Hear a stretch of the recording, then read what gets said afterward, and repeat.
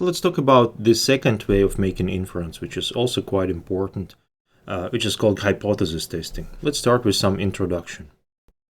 So I'll remind you that the problem we have is following. We have a population which we are interested in, right? And then this population has certain parameters. For example, if you use parametric approach and the population values are normally distributed, it will be quite natural to estimate mu, sigma, and sigma squared. So these are parameters of population.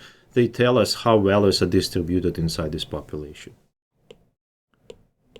The problem is we can't work directly with the population most of the time. So we take a sample. Sample, let's say, of size n, okay? Then what we do, we calculate statistics of our sample. Instead of the parameters of the population, we calculate statistics of our sample.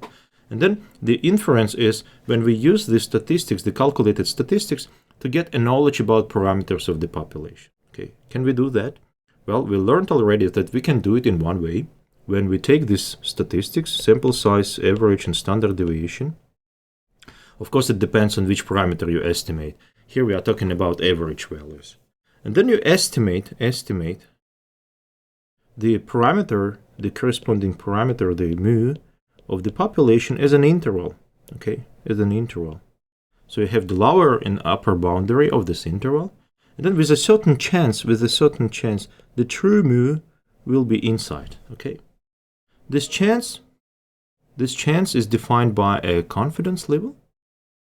So we can calculate the confidence intervals for different confidence levels. And then this confidence levels gives us this chance that the true population parameter will be inside. How we do that? Well, we know that most of the values are random. But when you take a sample, which is also a set of random values, and calculate statistics, the statistics will also be random values, right? So if you take, for example, many samples, and look at the distribution of average values for the samples, you will see that these average values follow certain distribution. In our case, it's normal distribution. Okay, and then you can use the knowledge of this distribution, about this distribution. You can calculate parameters of this distribution, sampling distribution or statistic, and use these parameters to get the idea about uncertainty, how far statistic of your sample can go from a true parameter of your population, and what's the chance that it will go that far. Okay, so we use this approach to estimate the confidence intervals, to find the confidence intervals. Let's learn another approach, which works sort of in opposite direction. Okay, in this approach, we assume that we know parameter of population. For example, we assume that we know mu.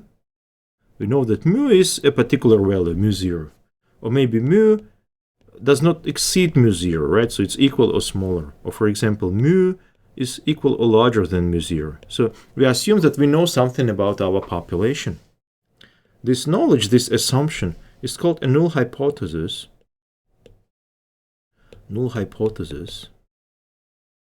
And it's usually denoted by H0. Okay, so we assume that we know this. How do we know that? Well, again, it's something a priori. For example, quite natural if you, for example, invent new medicine, quite natural to think that medicine doesn't work. Right?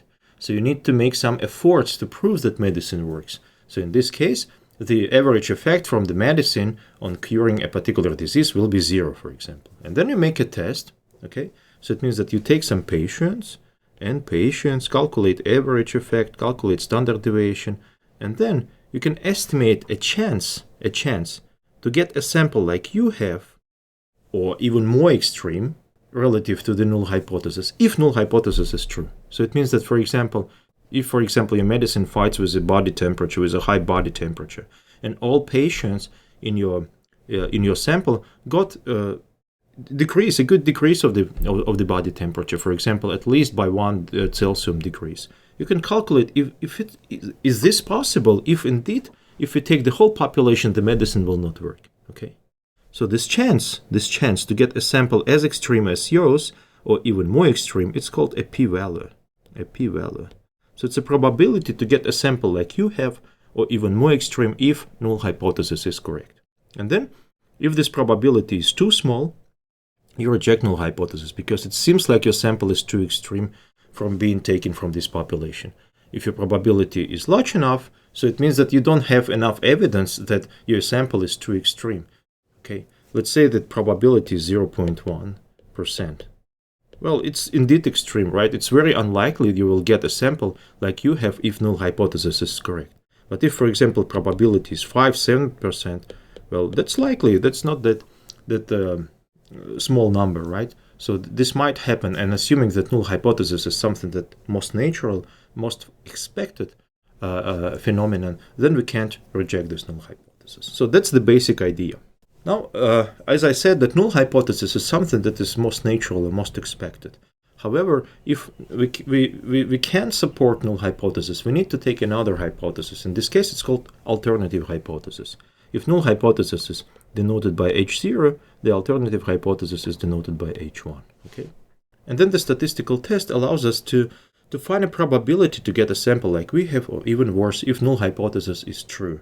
And if this probability is too small, we make a decision to reject null hypothesis. If this probability is large enough, we make a decision that we should support null hypothesis and accept. That's just an example. Let's say we are talking about height of all adult males in Nuremberg, and we believe that they are pretty tall. We believe that the average height of all adult males in Nuremberg will be at least 175 centimeters. Okay, so it means that our null hypothesis is that mu is equal or larger than 175, right? So at least 175. So it means that our alternative hypothesis will be that mu is smaller than 175. Okay. Then let's say we take a sample of size 50, okay, randomly selected adult male persons from the whole city, and then we measure the height and calculate statistics. So the average is 174.3 and standard deviation is 8.6. Is it possible to get a sample with average smaller than the average of population? Okay, of course it's possible, but it depends on many things. It depends how far is it from the average of population, what's the sample size, and of course what the spread of the population values. Okay, what will be the standard deviation for these values? By knowing all these rules, we can calculate the chance to get a sample like this one, like we have, or even more extreme. In this case, more extreme means average will be even smaller, if null hypothesis is true. Okay, and then if this chance is large enough, and we believe that that's what most expected, that the null hypothesis is something that most natural, then we cannot reject null hypothesis. We accept it. But if this chance is too small, we then reject. Okay. Another example of hypothesis testing is something that you have already done. It's a test for normality. You remember we used Shapiro-Wilk test for that. And then our null hypothesis here is always that our sample came from normally distributed population. Why?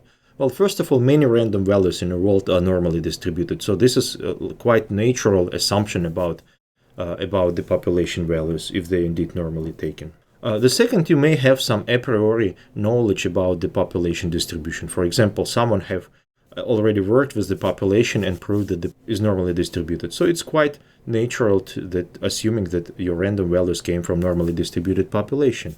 And then you run a Shapiro-Wilk test, and let's say you've got the value 0.35. It's 35%, right? So it's 35%.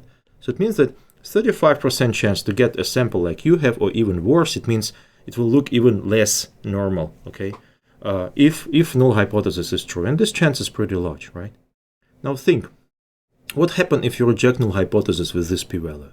Well, 35% chance that your sample came from this population. So it means that if you reject it, that's your chance to make a wrong decision.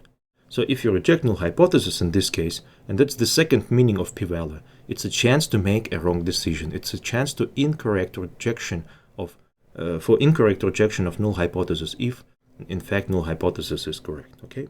So p-value has two meanings. First of all, it's a chance to get a sample as extreme as yours, or even more extreme relative to the assumption about null hypothesis, or it's a chance to make a wrong rejection of null hypothesis. It's a chance to make a wrong decision if you reject null hypothesis in this case. So I decided that we had a lot of different statistics for the confidence interval part, and in hypothesis testing we will concentrate only on average values. So we will learn how to use hypothesis testing for comparing average value of one sample, and then also how to compare average values of several samples.